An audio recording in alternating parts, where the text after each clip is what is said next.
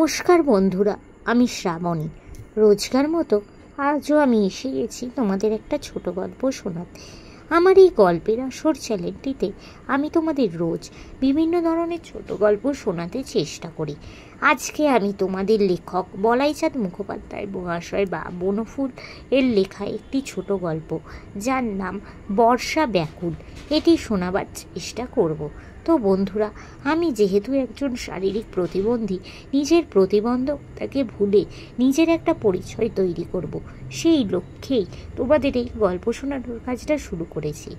এই কাজে আমি তখনই সফল হব যখন তোমরা আমার বলা গল্পগুলো স্কিপ না করে গিয়ে পুরোটা শুনবে, আমার চ্যানেলটা সাবস্ক্রাইব করবে, ভালো লাগলে লাইক করবে, কমেন্ট করবে ও একটু শেয়ার করে দেবে।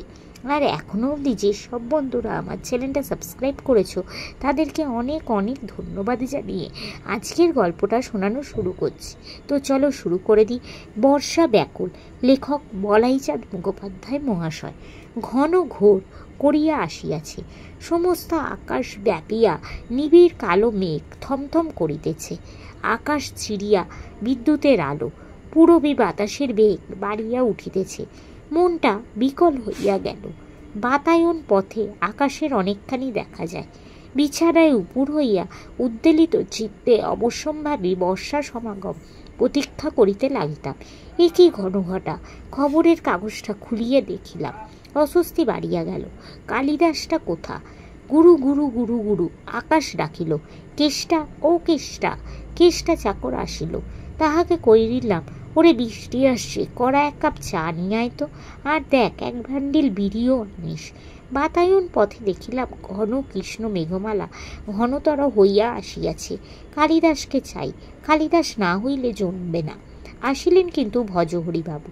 তাহার সম্মুখের দন্ত কয়েকটি সর্বদাই প্রকাশিত। তিনি আমাদের ম্যানেজার। এই যে সহায়ামবাবু, আপনার একখানা চিঠি। চিঠি দিয়া ভজহরিবাবু চলিয়া গেলেন। পিয়ার পত্র, বহুকাল পরে।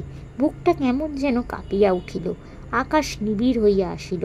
চিঠিখানা খুলিয়া আদ্যপান্ত পড়িলাম, আর একবার পড়িলাম, আর একবার। সমস্ত মনটা উদাস হইয়া গেল। কেষ্ট চা আনিল। একটু একটু চা পান করিতে করিতে পিয়ার পত্রখানি চতুর্থবার পাঠ করিলাম। আকুলতা বাড়িল বই কমিল না।